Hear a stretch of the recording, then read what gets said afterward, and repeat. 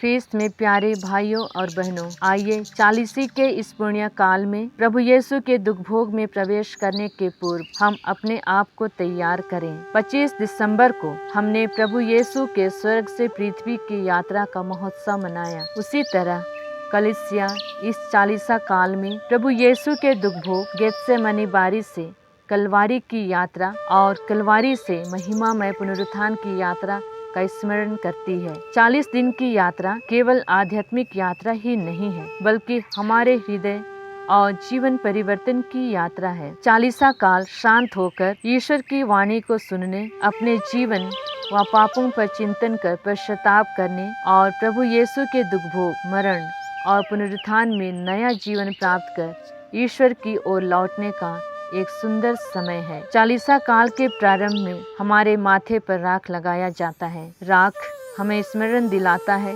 कि हमारी सृष्टि मिट्टी से हुई है और अंत में यह नश्वर शरीर का अस्तित्व भी मिट्टी में ही मिल जाएगा, अर्थात यह जीवन अस्थायी है। पुराने नियम के अनुसार राख पश्चाताप, विनम्रता, शोक और मनुष्य की नश्वरता का प्रतीक है। पश्चाताप यानी अपने पापों पर दुखित होना और मन परिवर्तन करना। जब एक बीज मिट्टी में बोया जाता है तो वह पहले टूटता है, दबता है, अंधकार में रहता और मर जाता है।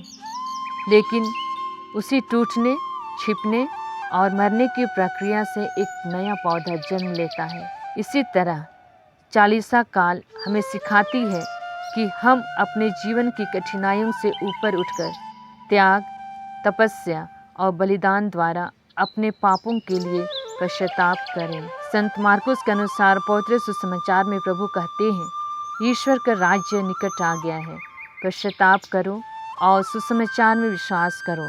मार्कुस अध्याय 1 पद संख्या 15। अतः स्वर्ग राज्य के विस्तार के लिए हमें पश्चाताप और विश्वास करना बहुत जरूरी है। ख्रीस्त हमारे पापों की गठरी को अपने ऊपर ले लिया और क्रूस पर मरा।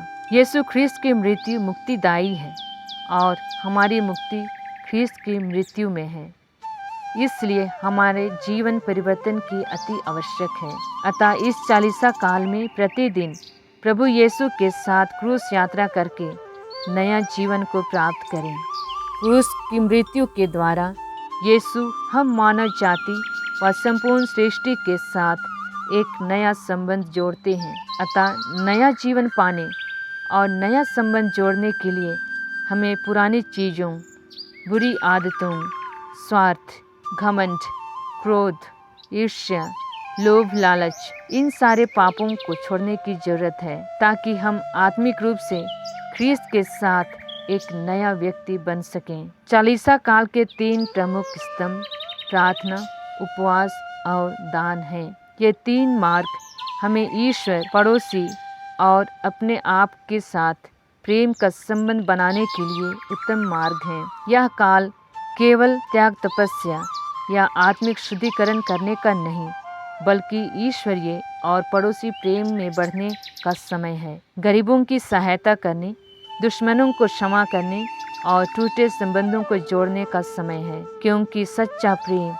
त्याग और बलिदान चाहता है। क्रूस हमें याद दिलाता है कि दुख अंत नहीं है, उसके बाद भी पुनरुत्थान की महिमा है। यह चालीसा काल आशा का समय है। जैसे अंधेरी रात के बाद सुबह आती है, वैसे ही क्रूस के बाद पुनरुत्थान की खुशी आती है। आइए इस चालीसा काल के पवित्र समय में हम प्रभु यीशु के दुख भोग यात्रा में सह यात्री बनकर अपने जीवन को बदलें, प्रेम में बढ़ें और उनके प्रकाश से भर जाएं, ताकि हमारा जीवन भी बसंत की तरह आशा, शांति और आनंद से खिल उठे।